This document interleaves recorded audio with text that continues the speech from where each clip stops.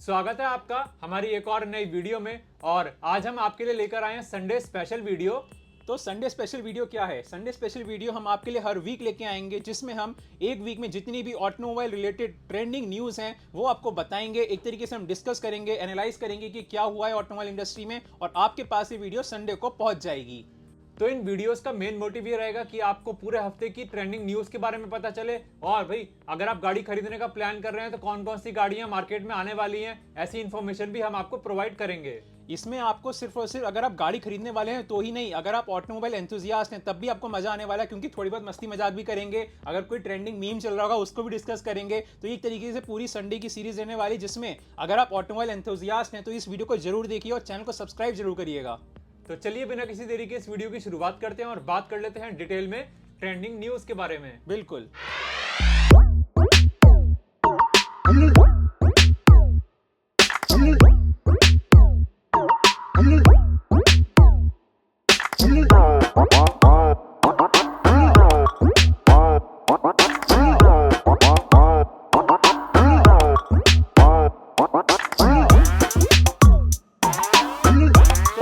निकल के आ रही है मारुति सुजुकी की तरफ से, क्योंकि उनकी जो ऑफरोडर व्हीकल जिम्नी है ना, अब उसकी सरकारी नौकरी लग गई है। अब सरकारी नौकरी कैसे लगी है उसके बारे में भैया बताएंगे। वही हम सभी को पता है, मिलिट्री में जिप्सी एक काफी प्रोमिनेंट नेम था, लेकिन अब उसकी एंड ऑफ लाइफ स्टेज आ चुकी है, जिसकी वजह से अब जिम्नी ने मारुति की जिप्सी को रिप्लेस कर दिया है। जी हाँ, अभी जो न्यूज आई थी उसमें हमें पता चला कि मारुति ने आईटीबीपी यानी कि इंडो तिब्बतियन बॉर्डर पुलिस को लद्दाख और अरुणाचल प्रदेश जैसे रीजन के लिए अपनी 60 जिम्नी को ऑफर किया है। तो फाइनली भाई अब तो जिम्नी का भी कमबैक हो गया।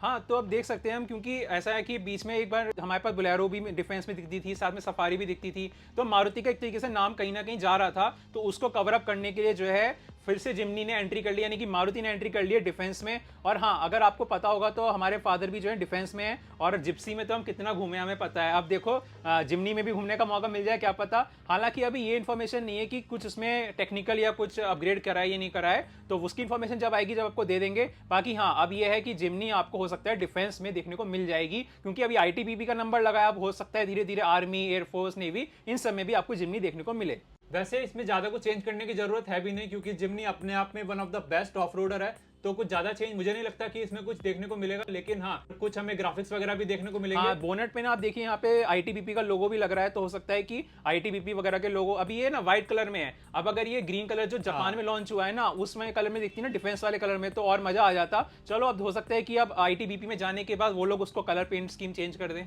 क्योंकि मिलिट्री ग्रीन कलर से हम ज्यादा थोड़ा रिलेट कर पाते हैं कि वो आर्मी की या डिफेंस की गाड़ी है। अब जिम्नी के बारे में बात चली रही है, तो सेकंड न्यूज भी मारुति की जिम्नी से रिलेटेड है, जिसके बारे में बताएगा समर्थ। तो अब सरकारी नौकरी तो जिम्नी की लगी गई थी, अब जिम्नी ना अपने होम टाउन भी पहुंच गई है। अब आप पूछेंगे कि कैसे, तो जापान में जो है जिम्नी को लॉन्च कर दिया गया है। अब जापान में ना जिम्नी 3 डोर वाली पहले से आती थी, लेकिन जो मेड इन इंडिया यानी कि यहाँ पे जो बनती है ना 5 डोर वाली जिम्नी, अब वो वहां लॉन्च हो गई है और उसका नाम हो गया है जिम्नी नोमैड। अब उसके बारे में और इन्फॉर्मेशन दे देते हैं। हालांकि जो है इसका प्राइस रेंज थोड़ा ज़्यादा रखा गया है और पावरफुल थोड़ा इंजन उसका कम है, बट हाँ वहाँ पे जब लॉन्च हुई ना वो गाड़ी, उसने तो तहलका ही मचा दिया है। वहाँ पे 3-3.5 साल की वेटिंग आ गई है।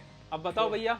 अब भाई लोग इसको थार से कंपेयर कर रहे हैं इंडिया में, यहाँ पे तो इसको कोई ले ही नहीं रहा, और वहाँ पे मेरे ख्याल से 3-4 दिन में उसकी 50,000 के करीब बुकिंग आ गई उसकी 3-4 दिन में। और तो और वहाँ पे जो है 3.5 साल तक की वेटिंग तो आई है। वहाँ पे उन्होंने बुकिंग लेना ही बंद कर दिया। उन्होंने कहा कि अब हमारे पास स्टॉक नहीं है, क्योंकि इंडिया से बन के वहाँ जा रही है, तो अब 3.5 साल बाद वहाँ पे लोगों को मिलेगी जिम्नी। अब यहाँ पे इंडिया में मेरे ख्याल से 2-3 साल में उसकी 20,000 या 25,000 यूनिट सेल हुई हैं, वहाँ पे 4 दिन में 50,000 यूनिट पहुँच गई है। मुझे हंसी इसलिए आ रही है क्योंकि हमारी एक वीडियो पे कमेंट आया कि भाई हमारे यहाँ से इंडिया से उठा के ले जाओ अगर इतनी ज्यादा बुकिंग है तो, क्योंकि यहाँ पे इतना स्टॉक पेंडिंग है। तो हो सकता है इसलिए ही मारुति ने वहाँ पे सोचा हो कि सुजुकी जिम्नी वहाँ पे लॉन्च करते हैं, तो हो सकता है यहाँ का जो हमारा स्टॉक बच रहा है वो वहाँ पे जाके ट्रांसफर हो जाए और वहाँ पे जाके सेल उसकी अच्छी होगी ऑब्वियसली। और वहाँ पे एक चीज़ और, वहाँ पे जो जिम्नी आई है ना उसमें थोड़े बहुत चेंजेस भी हैं। वहाँ पे एडास भी दिया गया है जिम्नी में, तो ये एडास वाला फीचर यहाँ तो अभी अवेलेबल नहीं है। हालांकि थार रॉक्स में एडास मिलता है हमें, तो हो सकता है क्या पता थार रॉक्स की जैसे ही कॉम्पिटिशन देने के लिए जिम्नी में भी एडास आ जाए, थोड़ी सेल्स बढ़ जाए।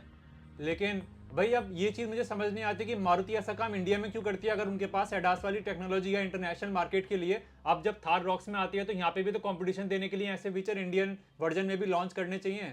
अब हमने मारुति के बारे में तो आपको 2 न्यूज़ दे दी, अब दूसरी कंपनी के बारे में भी तो डिस्कशन करना बनता है ना। अब दूसरी कंपनी के बारे में डिस्कशन करें, लेकिन एक बात बताओ भैया, मेरा गाड़ी खरीदने का मन कर रहा है, 10 मिनट में गाड़ी आ जाएगी क्या घर पे? हाँ अभी ऑर्डर कर देता हूँ, 10 मिनट में गाड़ी घर पे।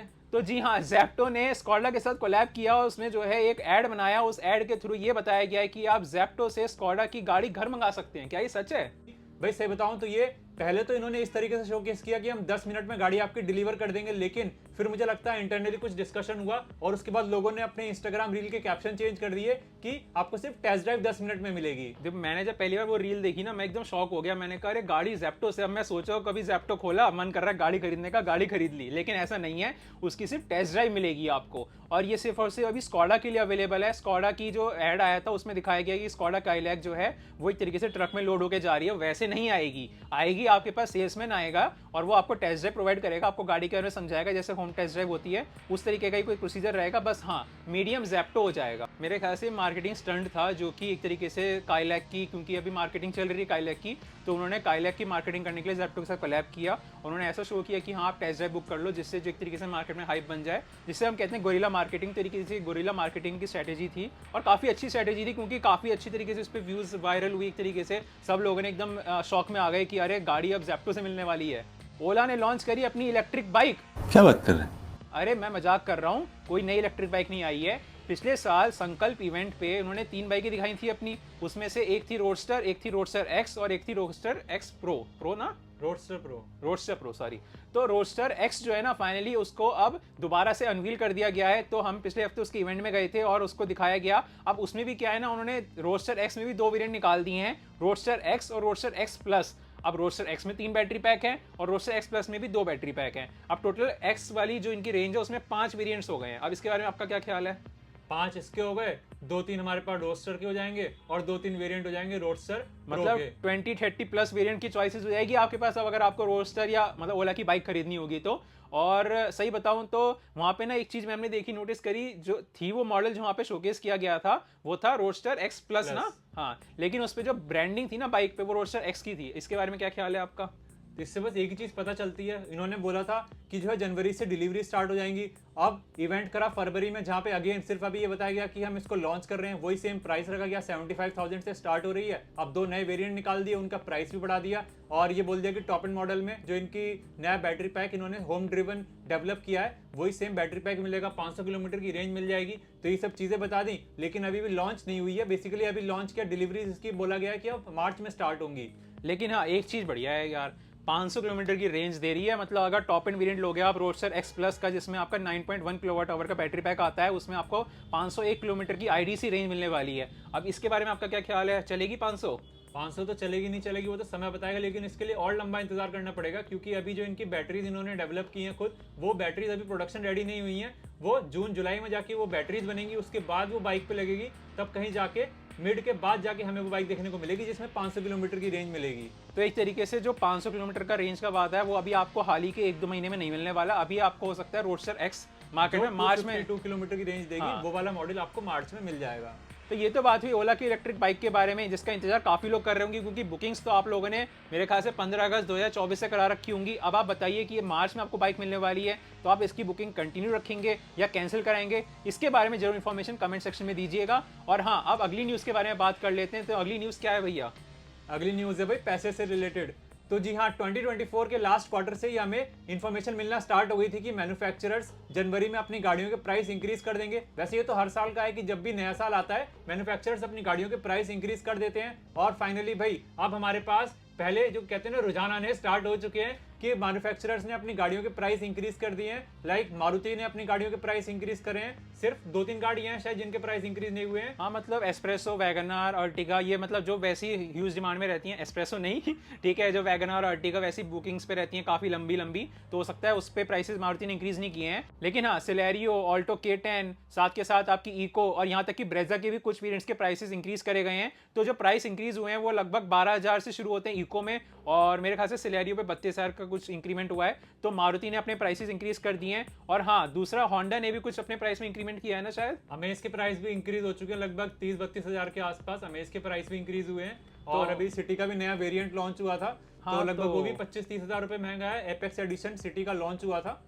और एक चीज और, प्राइसेस के बारे में बात कर रहे हैं तो जो सबसे ज्यादा ट्रेंडिंग पूरे मतलब 2024 भी कह लो या 2025 की स्टार्टिंग भी कह लो, सबसे ज्यादा ट्रेंडिंग जो गाड़ियां रही हैं महिंद्रा BE6 और XCV9 उनके कंप्लीट प्राइसेस आ गए हैं, जो कि आप स्क्रीन पे देख सकते हैं। तो ये प्राइसेस आपको कैसे लग रहे हैं कमेंट्स में जरूर बताना। क्या आप BE6 को लेना पसंद करेंगे या XCV9 को लेना पसंद करेंगे इस प्राइस पॉइंट पे, वो हमें कमेंट्स में बताना। और हाँ, कुछ लोग ये पूछ रहे थे कि ये पैक 1, 2, 3 क्या है, तो एक तरीके से इसके वेरिएंट्स ही रहने वाले हैं, कुछ अलग चीज नहीं है। Pack 1, pack 2, pack 3 are the variants of the XCV9 and BE6। भाई महिंद्रा ने भी इस बार थोड़ा ना स्ट्रेटेजिक मूव किया है। पहले लोअर वेरिएंट के प्राइस बताए, फिर एक इवेंट किया जहां पे उन्होंने टॉप एंड मॉडल के प्राइस बताए, फिर अब जाके फाइनली हमारे पास सभी वेरिएंट के प्राइसेस आ चुके हैं। तो भाई ये प्राइसेस ऑब्वियसली हम भी जानना चाहेंगे कि आपको कैसे लग रहे हैं, क्योंकि हमें ये उम्मीद थी कि शायद महिंद्रा जो है ऑटो एक्सपो में बाकी प्राइसेस रिवील करेगा, लेकिन ऑटो एक्सपो में उन्होंने कुछ नहीं किया। सिर्फ अपनी दोनों गाड़ियां जो हैं पूरे पवेलियन पे से वही गाड़ियां खड़ी कर रखी थी 8। और लेकिन हाँ, एक चीज़ है, पब्लिक बहुत आई उसको देखने के लिए, ठीक है। और अब देखने की बात होगी कि जो प्राइसेस आए हैं उस प्राइसेस के बाद पब्लिक उसे खरीदने जाएगी शोरूम पे या नहीं जाएगी, वो लोग तो आप बता सकते हैं इस वीडियो पे कमेंट करके कि आपको ये प्राइसेस कैसे लगे। तो ये डिस्कशन अब मेरे ख्याल से अंतिम चरण पे आ चुका है। हमने 5 न्यूज़ डिस्कस करी जो कि हमें लगा कि आपको बताना जरूरी है। थोड़ा इन्फॉर्मल डिस्कशन था, हमने अपनी राय दी इस पे। अगर आपको कुछ भी, अगर आपको फीडबैक देना हो तो आप बताइए, और अगर आप ऐसी वीडियोस और देखना चाहते हैं वो भी कमेंट्स में बताइएगा। तो अब इस वीडियो को एंड करें।